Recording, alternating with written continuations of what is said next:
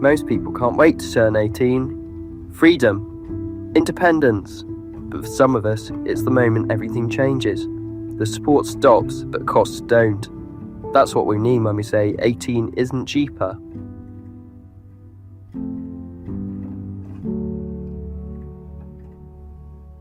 When a young person is approaching their 18th birthday, it really is a terrible time for them. Most young people are looking forward to midnight and the tick of the clock and their birthday and their friends and what they're going to be doing the next day. But the young people in our services really do dread that 18th birthday because they don't know where they're going to be going to and they don't know how they're going to fund what they're going to be moving on to, and they have no support. 18 isn't cheaper for me personally means that it doesn't really matter how old you are, things are always going to be expensive. Especially when you're young and 18, everyone just assumes that you're reckless, so everything just costs so much more anyway, including rent, deposits, insurance, pretty much anything that you need to be secure is more expensive. So young people, when they are coming out of care, have often been caught saying it feels like they're at a cliff edge, that actually it's like a hard stop. Suddenly they've gone from quite a lot of support and care and now they're on their own. They're having to move out, they're having to budget, manage a tenancy, emotionally cope with a new phase of life. They might have moved somewhere different, they might have got new accommodation, a new area, and all of it is suddenly happening in one go. So it feels like they're stepping off a cliff compared to maybe their peers who've got a family supporting them, smoothing that transition, easing it, providing a bit of extra care. And although charities like Step by Step do everything they can to ease that transition, they are limited, they can't do everything, and they don't provide that kind of family to fall back on. Most people have someone to step in. Parents, family, someone who helps when things get difficult. For care leavers, that safety net isn't there. No one to lend a tenner, no one to call when the fridge breaks. That's why support like this matters. Because without it, you're on your own. An experience of this that I had last year was because I'm a care leaver, a landlord wanted to charge me 6 months rent in advance, which was over £3,000. And obviously as a student, I don't have that sort of money at all. I think for me the hardest choices I had to make on the standard allowance of universal credit was whether or not I could see my friends. Even just to get to a different town, because I live so far away from everyone, I'd have to get a bus. And bus fares weren't cheap back then, so the toughest choice was either seeing friends or saving it to pay off a debt that I had from a 5-week month. The 5-week months, they cost more, obviously, because it's an extra week, but you don't really think it has much of an effect. But I worked out that if I really wanted to pay off a debt that I'd accumulate on a 5-week month, I'd have to save at least 2 months worth of 4-week months budget to pay off one of them. And that wasn't, the debts weren't even accumulated from being reckless with my money. It was literally buying basic necessities. And it just felt like an absolute kick in the teeth to have absolutely no money to do anything whilst being isolated and alone. It just felt like a real shit thing. It just felt really unfair, because it's not nice to be in that situation, to then have to scrounge for every penny you have just to buy bread. When Stevie came to live with me, my first impressions were that she was anxious, she was nervous, she wasn't sure about me at all. She didn't know whether to trust me, she didn't feel comfortable. She was very polite, and she came with just bin bags of stuff. No food, no toothbrush, no nothing. I think in the first few months, she was pushing to see how far she could get me to go before I said, okay, that's enough, out you go. And I think eventually it came through to her that she was in a stable background. We weren't going to, because it wasn't just me, although when she first came to live with me, there was just me in the house. I've got 2 daughters, 2 grandsons, so it becomes a bigger package. And I think One of the things that I think helped was we did a lot of talking, and I think that built up trust. And I gave her a lot of space. And sometimes she did get pushed a little bit against her will, but she took up the challenge. All a host can do is give opportunity. It's up to an individual person whether or not they take that up, and she took every opportunity up. So she still comes home, weekends, high days, holidays, whenever she wants. She'll always be part of the family. My 2 grandsons look forward to her coming home because I think they see her as an older sister. The most rewarding part of being a host is watching young people grow, working with them, seeing them beginning to make progress. And also build a little bit of trust where they may not have anybody to trust before. When support ends too early, young people are almost cast adrift.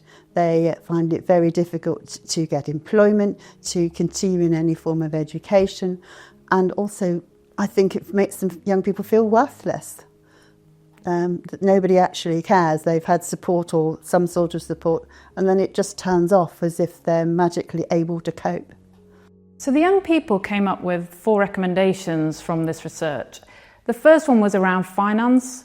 It was about universal credit and how when they're under 25, they get a lower amount, and yet all their costs are the same as if they were over 25. They also wanted a recommendation around housing. So they often found that they were pushed to the bottom of a housing list, or they were made to feel like they weren't a priority, that they had to work harder even though they were younger.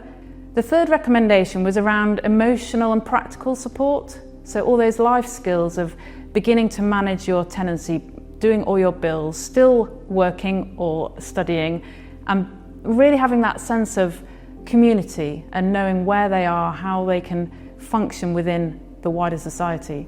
And then the fourth recommendation was around information. What they really wanted was to know what was going to happen further in advance. So they often found that they were going to move on, and they were told a week or 2 weeks before exactly where they'd be moving, and it was all coming at the last minute, and they felt very thrown off course.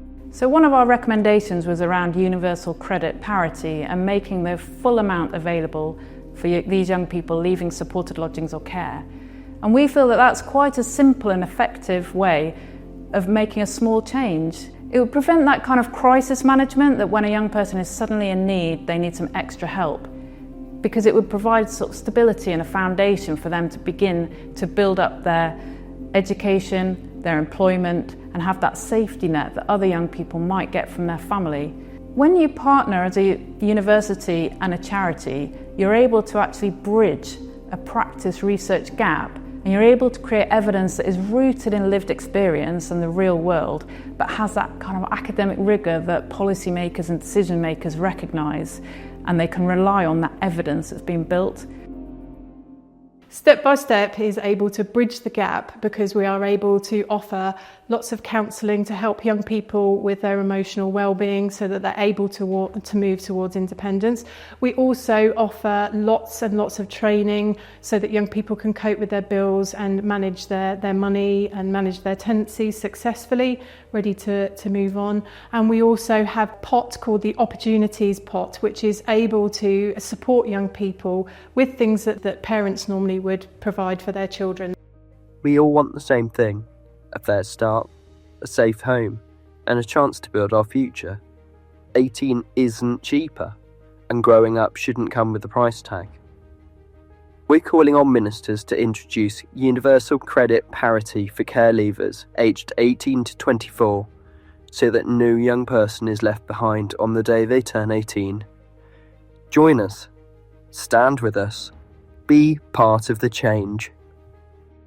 This is something this government will need to look at some point if we are absolutely, true in that ambition of eradicating poverty, because obviously, we need to give our young people the very best chance of success.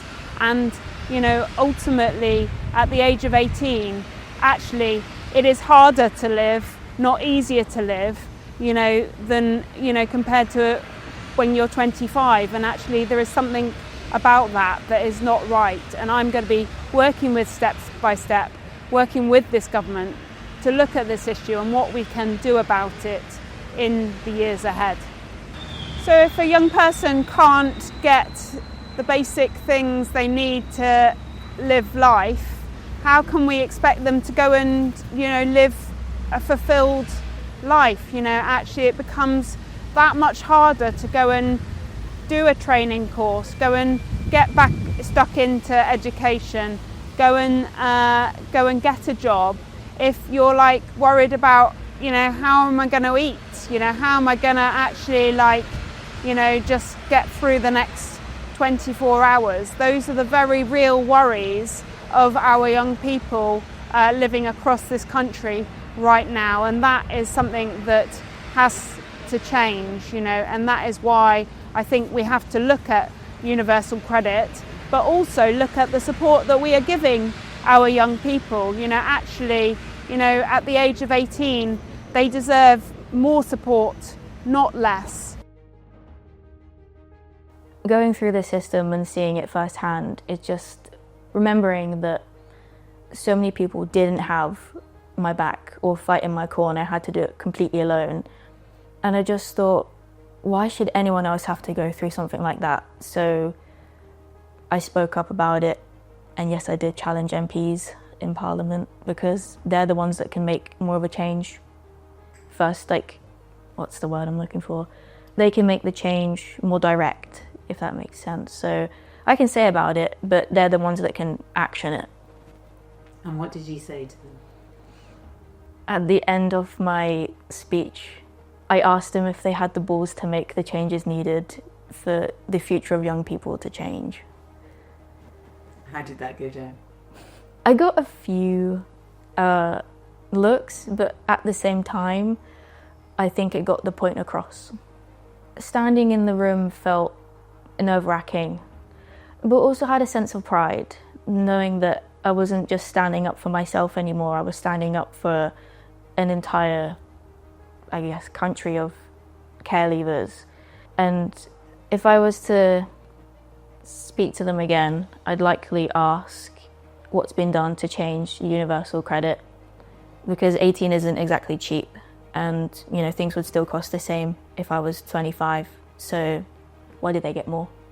Universal credit parity would be life-changing to young people, because it would ensure that they can actually thrive instead of just surviving and worrying about the bills that they've got to pay, all their essentials that they need, and it would just give them a bit of breathing space to look into themselves and really be able to move forward with their life and dream that dream that we all have, ready to move on.